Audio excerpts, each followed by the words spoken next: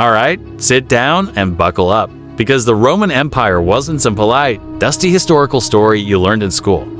No, it was basically the world's longest-running soap opera, packed with more drama, betrayal, flexing, stupidity, and a whole lot of people who just refused to chill.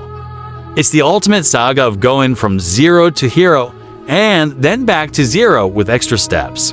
So let's start at the very beginning. Rome did not begin as a mighty superpower. It started as a tiny, scrappy city on a hill where everyone was probably angry, sweaty, and constantly fighting each other. Seriously, imagine a group project where every single person thinks they're the leader.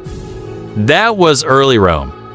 A chaotic mess of stubborn dudes with big ideas. But what made Rome special? What separated them from all the other angry, sweaty cities? Two things, really. First, they absolutely refused to lose. Like, psychologically incapable of accepting defeat. If you beat the Romans in a battle, they wouldn't go home and cry. They'd go home, get angrier, train harder, and come back with twice as many soldiers. Their motto was basically, "Oh, you thought you won?" That was just a practice round. Second, they built roads like their lives depended on it. Seriously. The Romans looked at the entire known world and said, HMM, what if everything was connected by highways? And also, what if we owned everyone along those highways? Their ambition level was legendary. They weren't just building roads for travel, they were building them for world domination. It is much easier to conquer your neighbors when you have a superhighway leading straight to their front door. So, how did Rome become so incredibly strong? Well, their armies were insane.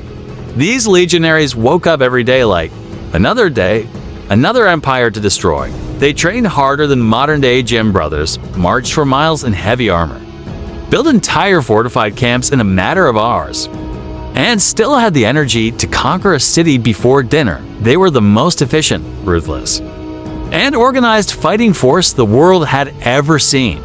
And while they were out there conquering land, they were also masters of, let's call it aggressive cultural borrowing. They were the ultimate idea thieves. See some cool Greek architecture. Yoink, stolen. Hear about some interesting Egyptian gods? Borrowed, and we'll just change the names a bit. Taste some delicious farm food? Taken. An entire culture? Let me copy your homework, but I'll make it look way better.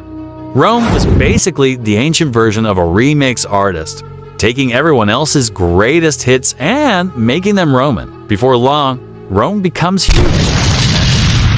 We're talking if Google Maps existed back then. You'd still get lost huge. The empire stretched from Britain to the Middle East. It had everything, crazy, bustling markets with goods from all over the world, insane public bathhouses that were more like social clubs, and giant stadiums where people were entertained to death. Literally. And at the heart of it all was Roman politics. Imagine a place with politicians constantly yelling, regular people yelling back, and emperors who, honestly, should not have been in charge of a lemonade stand, let alone a global empire. Some emperors were actually good. Like, genuinely competent leaders who managed the empire well. Some were bad, making terrible decisions that cost lives and money. And then some were, well, let's just say they were one mental breakdown away from setting the whole city on fire. Which, by the way, some of them actually did. Roman emperors loved one thing above all else: drama. They were the original reality TV stars. You think your favorite show is dramatic? One emperor seriously tried to appoint his horse to a high government position. Another one demanded to be worshipped as a living god while he was still alive. And yes, one famously said, "Let's burn the city." It's a vibe. Rome was peak chaos, a masterclass in dysfunction. But somehow, for centuries, it still worked. It was the definition of failing upwards. The empire became so unbelievably rich that people kind of forgot how to work hard. The elite class just sat around in their fancy villas, eating grapes and complaining. The common people were kept happy with bread and circuses, free food, and insane public entertainment. Imagine watching people fight lions in the Colosseum like it was primetime television. It was. Like Netflix. But with a much higher risk of getting eaten. And then the inevitable happened. Rome got too big. It's like when you go to an all-you-can-eat buffet and you pile your plate so high you can't even carry it back to your table. You realize halfway through that you've made a huge mistake. That was Rome.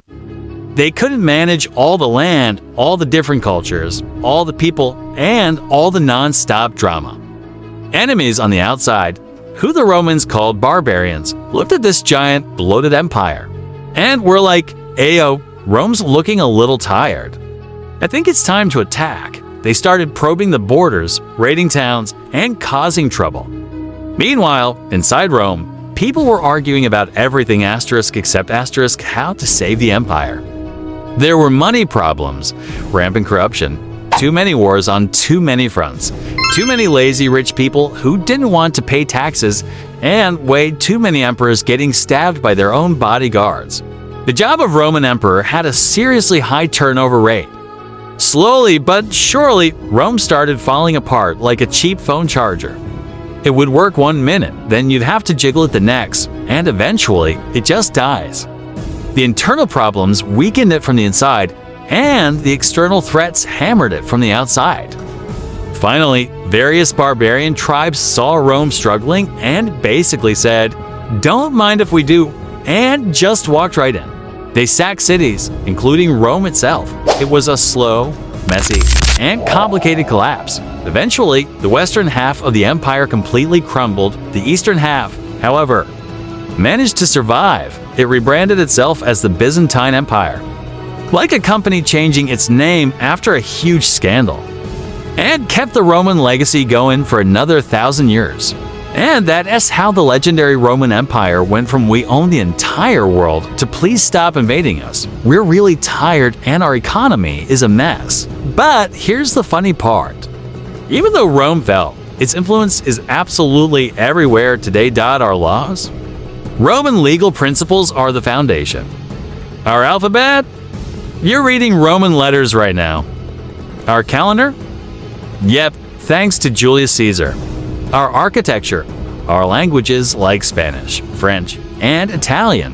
Even the very idea of a republic all has Rome's fingerprints on it. Rome basically looked at the future and said, "We may fall, but you're all going to be copying our homework forever." And you know what? We did that, all of us. Every single day. Which, when you think about it, means the Roman Empire never truly died. It just took a break. A very, very long one. Thanks for watching. If you enjoyed this chaotic trip through history, make sure to hit that like button and subscribe for more. See you next time.